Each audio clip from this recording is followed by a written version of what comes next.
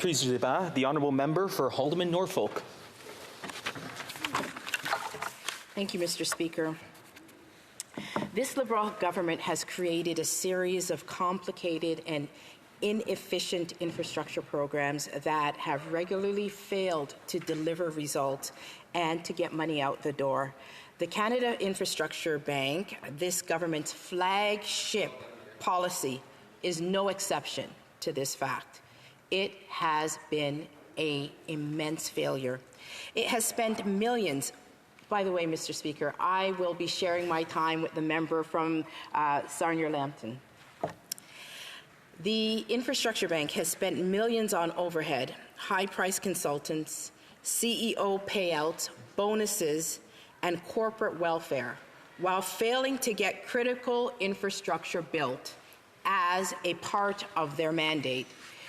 It's debatable whether the bank has even built even one infrastructure project. In fact, last year, the bank spent twice as much money on salaries, on bonuses, than they paid in actual infrastructure. And they spent almost $1 million on consulting and legal fees for an electricity project that never, ever got off the ground.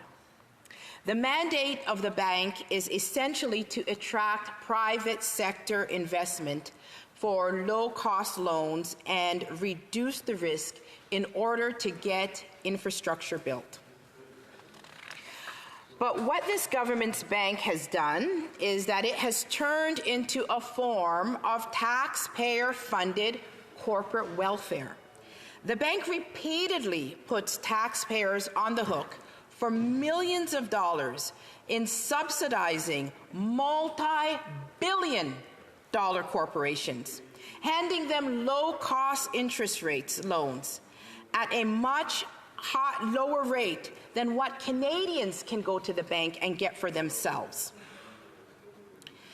It is frankly perverse, Mr. Speaker, that while Canadians are suffering with almost double-digit interest rates for their mortgages, while Canadians are struggling to put food on the table, while Canadians are rationing even their children's baby formula, while Canadians are worried about whether or not they will be able to heat their homes and fill their gas tank to go to work, that we are being so careless with taxpayer-funded loans to this bank that this bank gives out.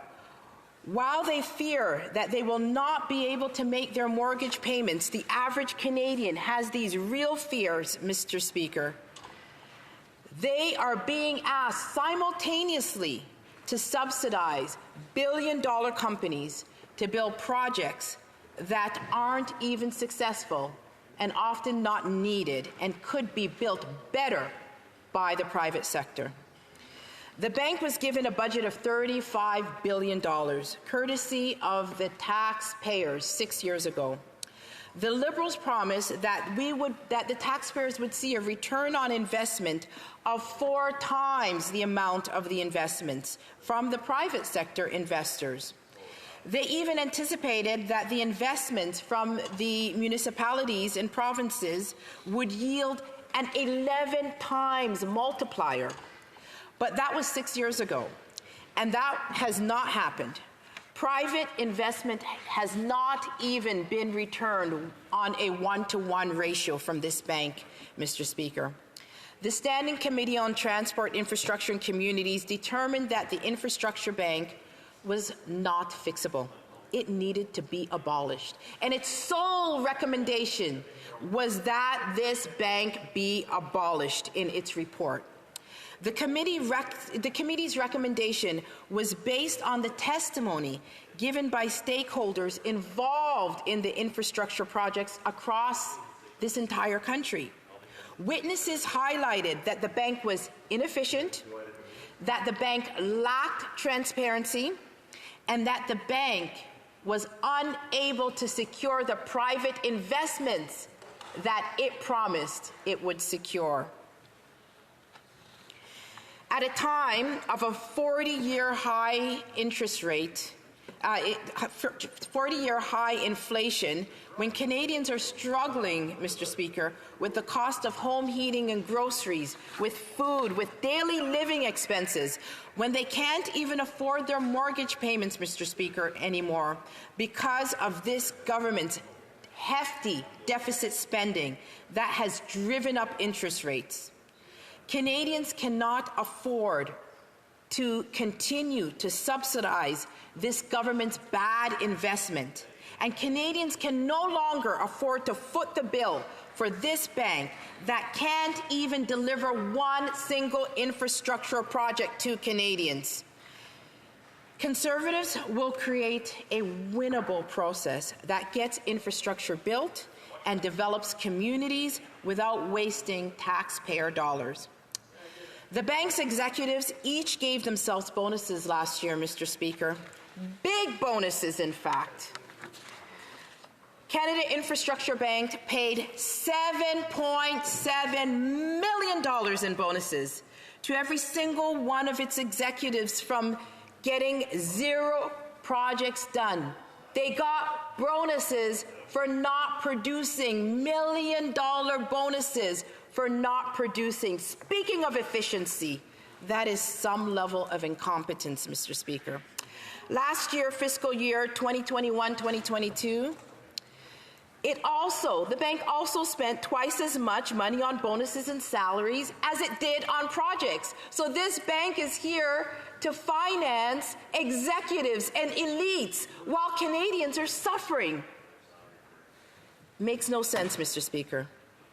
At the same time, infrastructural project spending went down by more than half of the previous year, and spending in salaries went up by 35%. Mr. Speaker, speaking of interest rates, it's really ironic that it is because of this government's failed economic policies and irresponsible spending that the bank's projects have failed. And I will give you an example of this. The Lake Erie Connector project, the bank actually invested $655 million in a $1.7 billion project to build a water electricity cable that is now dead in the water due to financial volatility and inflation. $655 million was promised to a multi-billion-dollar company, Fortis Inc., for an electricity project that ironically failed due to inflation. And the inflation was caused by this Liberals government's overspending and reckless spending.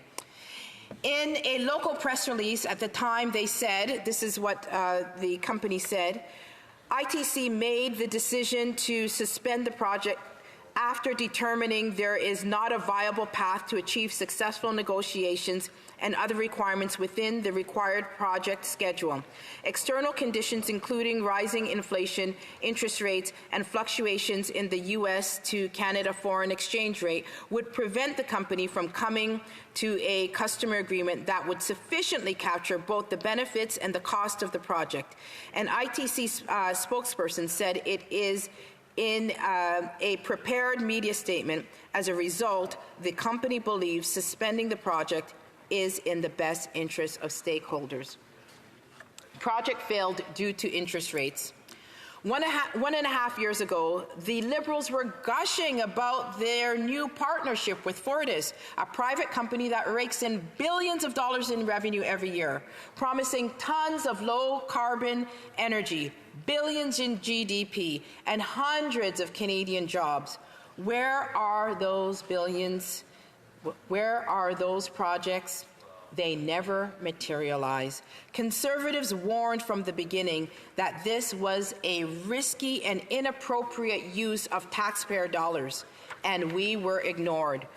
We found out later that the bank wasted almost $1 million in taxpayer dollars on consulting and legal fees for an electricity project that never got off the ground.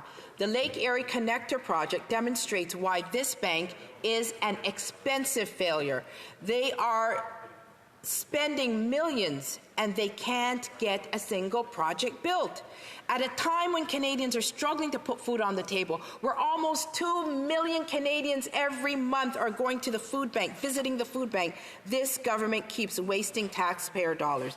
Mr. Speaker, in closing, I just want to highlight that even this Fortis project, it was not transparent. We also witnessed very recently the situation with the Fairmount where this bank was... Order. I do have to interrupt the honourable member. For the time has expired, but I go to questions and comments.